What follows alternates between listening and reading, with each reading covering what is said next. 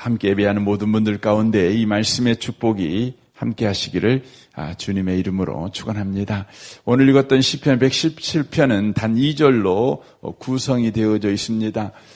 시편 150편 가운데 가장 짧은 장이라고 말씀을 드릴 수 있을 뿐만 아니라 성경 66권 전체에서 가장 짧은 장이라고 말씀을 드릴 수 있습니다. 그렇지만 이 말씀 안에는 하나님께서 전 인류를 향한 놀라운 하나님의 구원 계획과 또 우리를 향한 하나님의 구원 목적, 이것이 충실하게 담겨져 있는 말씀이다. 이렇게 말씀을 드릴 수가 있습니다.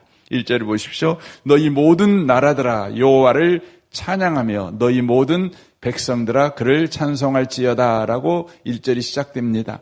우리말 성경에는 너희 모든 나라들아 이렇게 시작하지만 히브리어 성경은 문법상 찬양하라 이 말이 가장 먼저 쓰여집니다. 그래서 찬양하라 이 말이 히브리어로 할렐루 이렇게 합니다. 그러니까 할렐루로 이 성경이 시작되고 있는 것을 보게 됩니다. 그리고는 2절 마지막에 할렐루야로 끝나고 있습니다. 찬양하라로 시작해서 찬양하라로 끝을 내는 바로 성경 말씀입니다.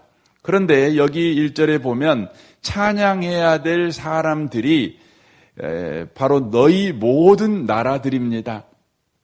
지금 이 성경은 이스라엘 백성들이 기록하고 있는 성경입니다. 그러므로 너희 이스라엘 사람들아 이렇게 해야 맞지 않겠습니까? 그런데 너희 모든 나라들아 이렇게 지금 찬양해야 될 대상이 모든 나라인 것을 지금 이야기하고 있습니다.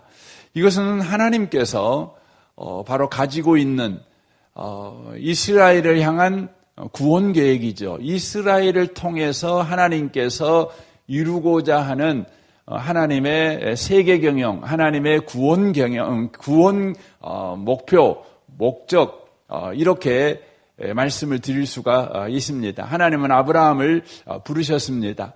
아브라함을 부르실 때 창세기 12장에 보면 여호와께서 아브라함에게 이르시되 너는 너의 고향과 친척과 아버지의 집을 떠나 내가 내게 보여줄 땅으로 가라. 내가 너로 큰 민족을 이루고 내게 복을 주어 내 이름을 창대하게 하리니 너는 복이 될지라. 너를 축복하는 자에게는 내가 복을 내리고 너를 저주하는 자에게는 내가 저주하리니 땅의 모든 족속이 너로 말미암아 복을 얻을 것이라 하신지라 라고 말씀합니다. 하나님은 아브라함을 부르실 때 부르신 목적을 분명하게 아브라함에게 바로 약속하셨습니다. 땅의 모든 족속이 너로 말미암아 복을 얻을 것이다 라고 말씀합니다. 여기서 복을 얻을 것이다 라고 말씀하고 있음을 통해서 아브라함에게 복을 주신 이유가 아브라함에게 주신 복을 아브라함이 저장하거나 보관하고 있지 아니하고 그것을 모든 민족에게 흘려보내는 바로 통로가 되게 하시겠다는 목적으로 아브라함을 불렀다는 것을 말씀하고 있는 것이죠. 그래서 아브라함은 복의 창고나 복의 저수지가 아닙니다. 바로 복의 통로로, 복의 전달자로 하나님께서 아브라함을 부르셨습니다. 이스라엘을 구원하신 목적이 그렇죠. 그들을 구원하신 목적은 그들만 구원하기 위해서가 아니라 그들을 통해서 모든 민족을 바로 구원하시기 위해서였다고 하는 것이죠. 오늘날도 저와 여러분을 향한 하나님의 구원 목적도 동일합니다. 저와 여러분만 구원하기 위해서 구원의 은혜를 주신 것이 아니라 저와 여러분을 통해서 모든 사람들이 구원을 받도록 하시기 위해서 바로 복의 통로로, 복의 전달자로 저와 여러분을 바로 예수 믿게 하셨다고 하는 것입니다. 그러므로 하나님의 마음에는 우리가 있지요. 그럼에도 불구하고 우리만 있는 것이 아니라 모든 민족이 하나님의 마음에 있다는 것을 우리가 놓치면 안 되는 것입니다. 그래서 하나님이 세상을 이처럼 사랑하사 독생자를 주셨으니 이는 저를 믿는 자마다, 이는 저를 믿는 자마다.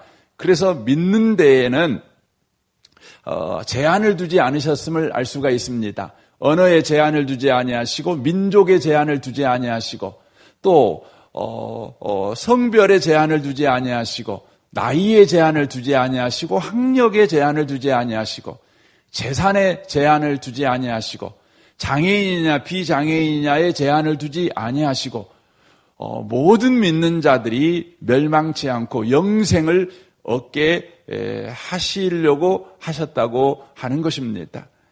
우리는 구약 성경을 보면 이스라엘만 하나님이 구원하시고 계신다. 그래서 어떤 분들은 구약 성경은 이스라엘의 역사다 이렇게만 이야기를 하는 경우가 많습니다. 물론 주된 관심은 이스라엘에게 있었지만 하나님께서 이스라엘에게만 관심을 가진 것이 아닙니다. 이스라엘에게 관심을 가졌던 것은 그들을 통해서 모든 민족을 구원하시기를 원하셨기 때문에 우리 하나님은 이스라엘에게 관심을 가지신 것입니다.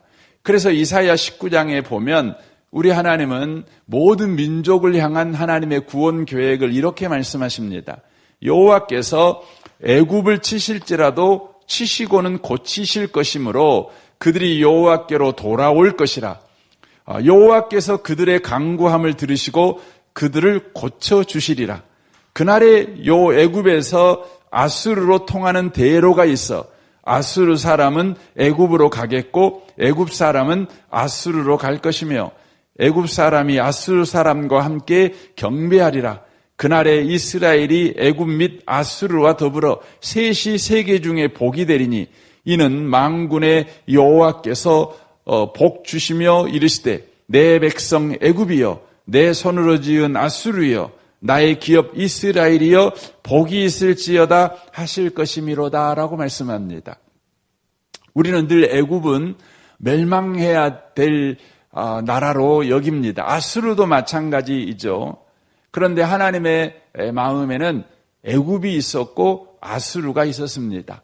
이스라엘이 하나님의 마음에 있는 것과 동일했습니다. 그래서 하나님은요 이스라엘을 구원하시고 그리고 그 이스라엘을 통해서 아수르를 구원하시고 그리고 그 아수르를 통해서 애굽을 구원하시고 그리하여 애굽과 아수르와 이스라엘이 함께 어깨동무하며 하나님을 경배하며 찬양하는 그 날을 우리 하나님께서 계획하시고 꿈꾸시고 계셨다고 하는 것이죠. 이것이 바로 신약에 와서 이루어지게 되는 거죠. 그래서 예수님께서 하늘로 승천하시기 전에 이런 명령을 하시죠. 마태복음 28장 18절에 예수께서 나와 말씀하여 이르시되 하늘과 땅의 모든 권세를 내게 주셨으니 그러므로 너희는 가서 모든 민족을 제자로 삼으라라고 요구하십니다. 모든 민족을 이제 모든 민족을 제자 삼을 때가 되었다. 그거죠. 예수께서 하늘과 땅의 모든 권세를 가지셨으니 이제 너희는 가라. 모든 민족에게 가라. 하나님의 때가 되었다. 이렇게 말씀하는 것입니다. 그리고 사도행전 1장 8절에서 오직 성령이 너희에게 임하시면 너희가 권능을 받고 예루살렘과 온 유대와 사마리아와 땅끝까지 이르러 내 증인이 되리라.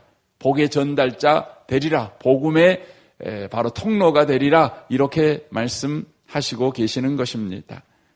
이곳에 오신 복 있는 성도 여러분, 저와 여러분의 심령 속에 언제나 나를 향한 하나님의 구원 목적을 잊어먹어 버리지 않는 그런 삶을 살아가시기를 바랍니다. 나는 복의 전달자다. 복의 통로다. 나는 절대 복의 창고나 복의 저수지가 아니다. 나는 복의 유통업자다. 이걸 항상 잊지 말으셔야 합니다. 여러분과 저는 복의 소비자가 아닙니다. 우리는 유통업자입니다. 우리는 전달하는 사람입니다. 생산하는 사람들입니다. 이걸 흘러보내는 사람들입니다. 이것을 놓치면 안 되는 것입니다. 이 일을 위해서 우리 하나님께서 저와 여러분의 삶에 무슨 일을 하시냐면 저와 여러분의 삶이 하나님을 찬양할 수밖에 없도록 우리 가운데 복의 복을 더하시는 것입니다. 그래서 너희 모든 나라들아 여호와를 찬양하라. 찬양하라는 것이죠. 이를 위해서 저와 여러분에게 하나님은 복을 주시고 그래서 복을 그 사람들에게 전달하여 그 사람들도 우리와 더불어 복 주신 하나님을 바로 찬양하도록 구원을 주신 하나님을 찬양하도록 그렇게 하신다는 것이죠. 저와 여러분은 하나님을 찬양할 수 있습니다. 그리고 저와 여러분을 통해 또 찬양하는 사람들이 많아져야 합니다. 사실 생각해 보면 우리는 그 인생을 살아가면서 누군가에게 유행가를 부르게 만드는 그런 삶을 살아갑니다. 유행가를 부르게 하는 삶을 살아가게 만듭니다. 누군가에게 상처를 줘서 혹은 누군가를 마음 아프게 해서 유행가를 부르게 만들죠. 여러분 유행가를 가만히 보면 다 애가입니다. 슬픔의 노래입니다. 뭐 사랑 노래지만 여러분 거의 그 사랑 노래의 뭐 80~90%가 이별의 아픔을 노래하는 거 아니겠습니까? 이별의 아픔을 노래합니다. 그렇습니다. 유행가가 다 그렇죠. 그래서 사람들은 유행가를 부르면 딱 내 마음이죠. 지금 울고 싶은데 딱 내 마음을 표현한 것입니다. 우리는 누군가에게 유행가를 부르게 만드는 인생을 살고 또 살아가고 있습니다. 그런데 하나님은 우리에게 말씀합니다. 그 사람이 찬양하는 자가 되게 만들어라. 그렇게 말씀합니다.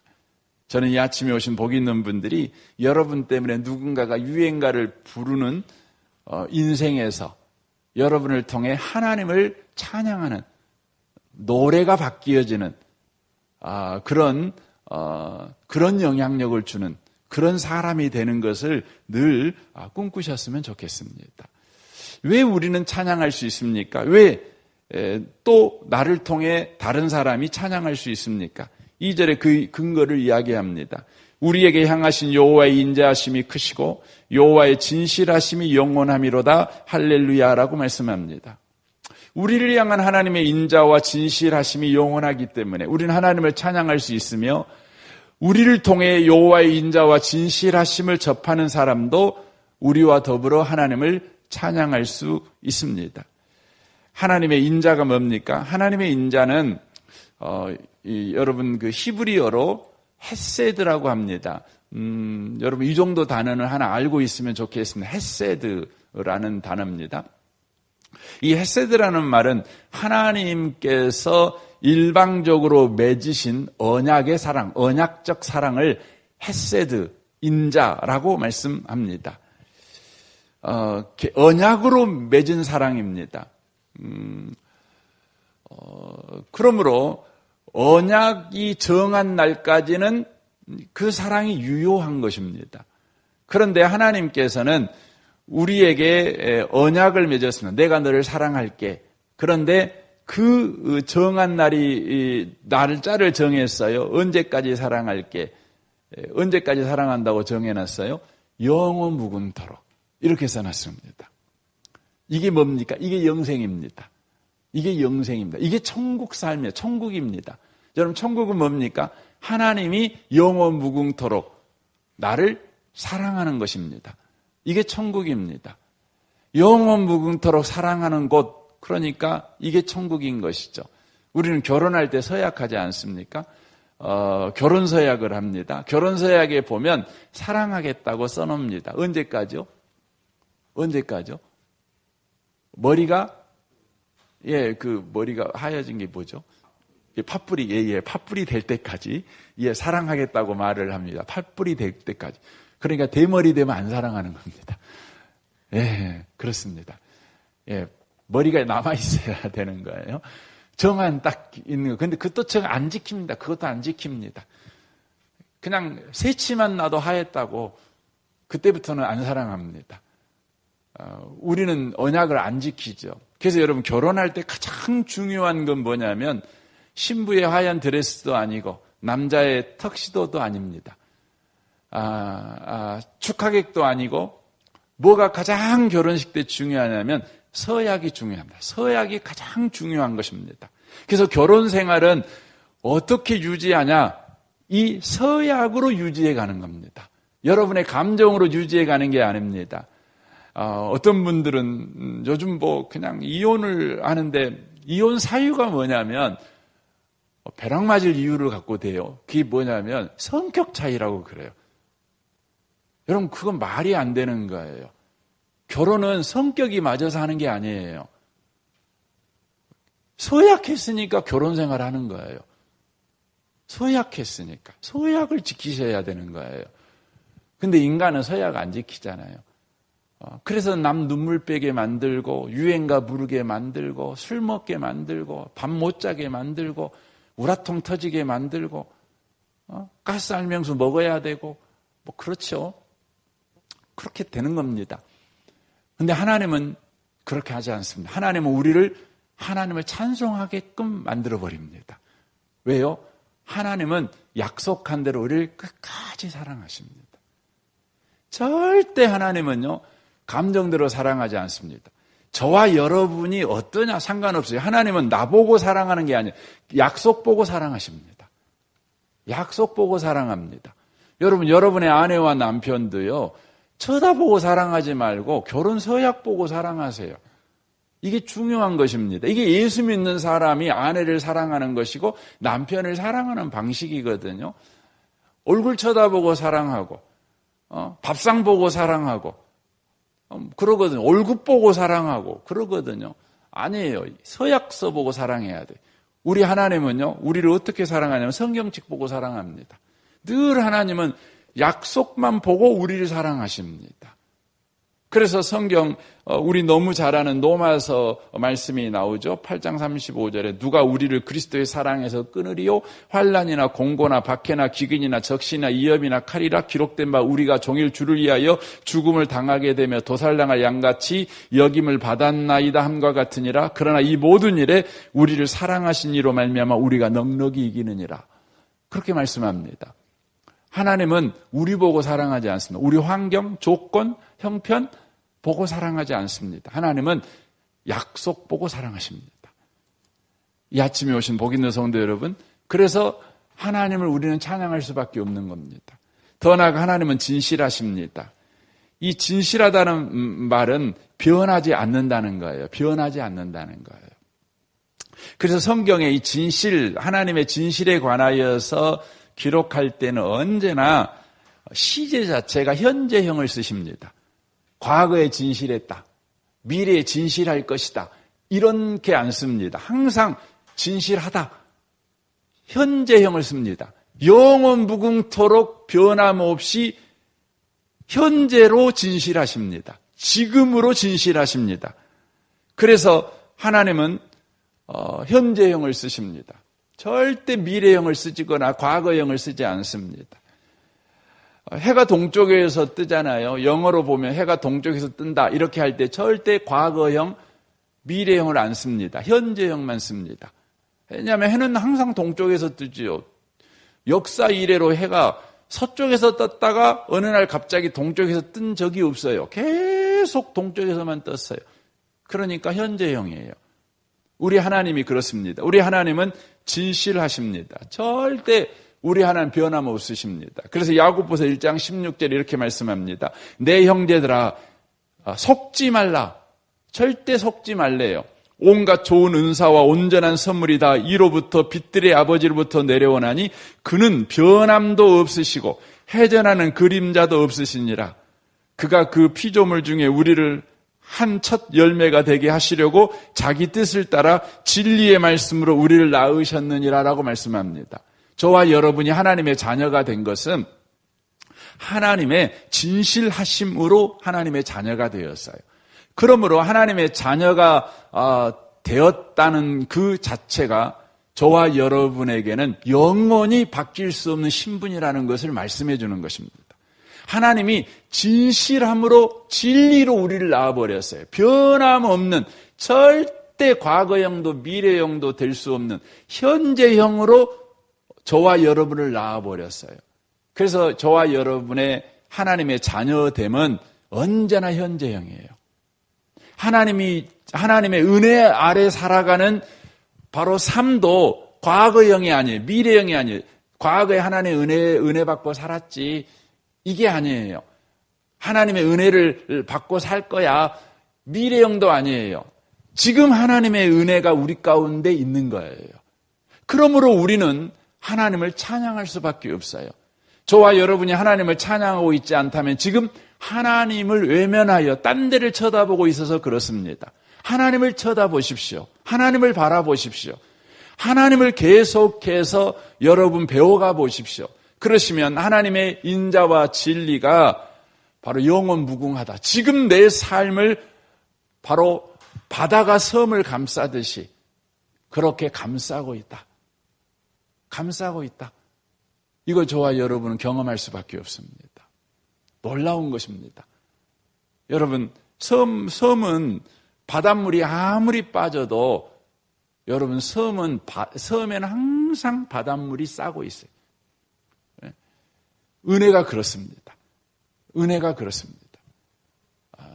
저는 이 아침에 오신 복 있는 성도님들이 하나님의 인자와 긍휼이 한없다는 걸 절대 놓치지 마십시오. 하나님을 주목하십시오. 그리하여 저와 여러분의 삶에 찬양이 넘쳐서 내 유대에게도 찬양을 전염시키는, 함께 찬양하는, 합창하는, 이 독창만 하지 않고 합창하는 그런 은혜가 꼭 있으셨으면 좋겠습니다. 여러분, 할렐루야로 마침표를 끕니다. 2절이 할렐루야 하고 끝나는 것이죠. 이 할렐루야라는 말은 하나님을 찬양하라 이런 의미가 아니겠습니까? 그런데 이 단어는 세 단어가 합성된 단어입니다. 할랄, 이건 동사거든요. 찬양하라라는 동사죠. 그리고는 우가 붙었나요? 강조형인데 복수형을 쓰고 있는데 이 말은 뭐냐면 찬양하는데 그냥 찬양하지 말고 마음을 다하고 뜻을 다해서 찬양하라.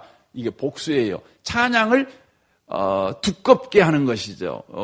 찬양, 이게 복수가 나오는 것입니다. 그래서 찬양을 마음을 다하고 뜻을 다해라.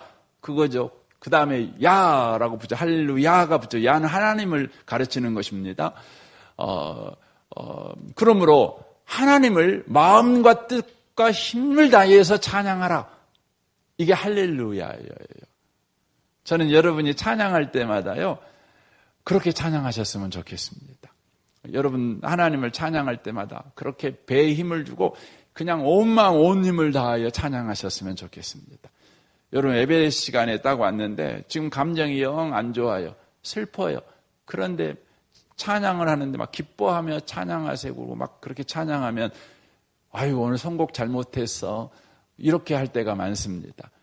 하지만 사랑하는 성도 여러분, 찬양할 때는 여러분의 감정을 사로잡는 겁니다. 찬양으로 굴복시키는 것입니다.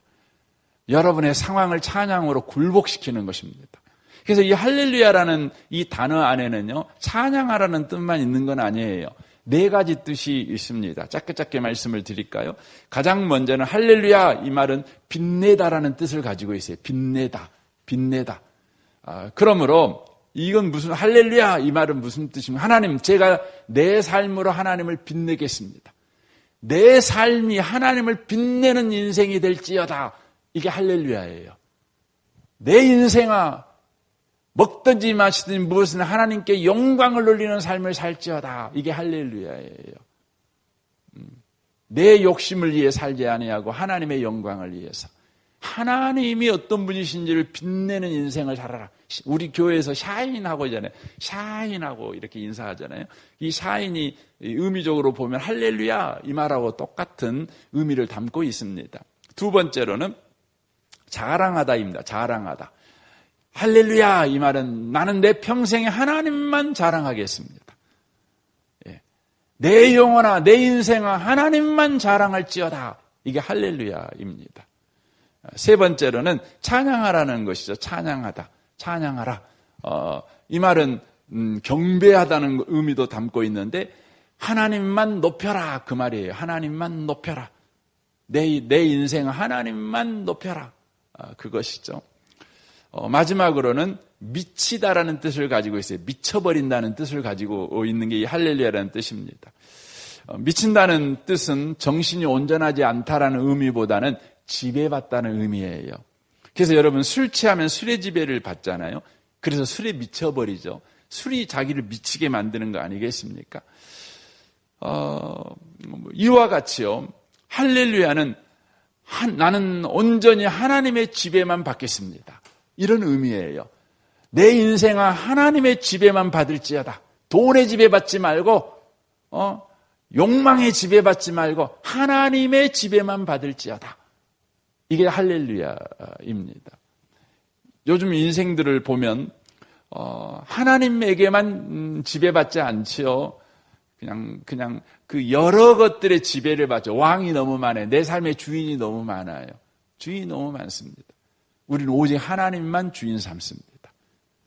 내 인생의 주인은 오직 하나님이다. 난 하나님에게만 지배를 받겠다. 이게 할렐루야라고 하는 것이죠. 이 아침에 오신 복 있는 성도 여러분, 여러분과 저의 인생에 할렐루야가 회복되길 바랍니다.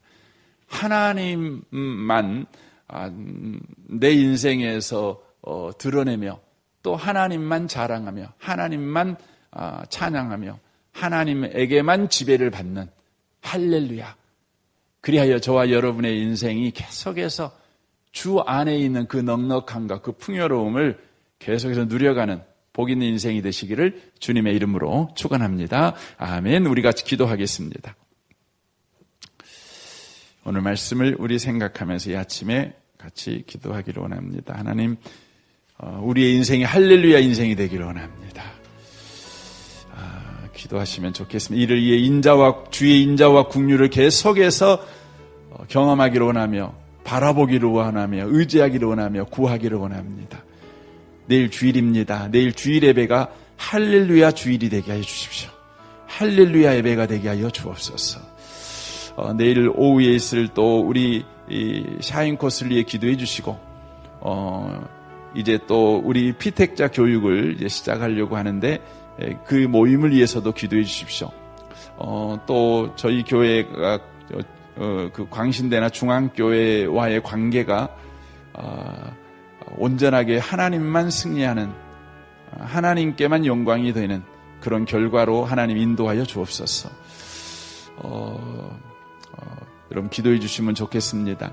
우리 성도들을 위해서 여러분 중보해 주시고 이 나라와 이 민족과 북한과 열방을 위해 또 선교사님들을 위해서도 여러분 기도해 주시면 좋겠습니다. 우리 좋으신 주님께 이 아침에 우리 통성으로 구하겠습니다. 기도하겠습니다.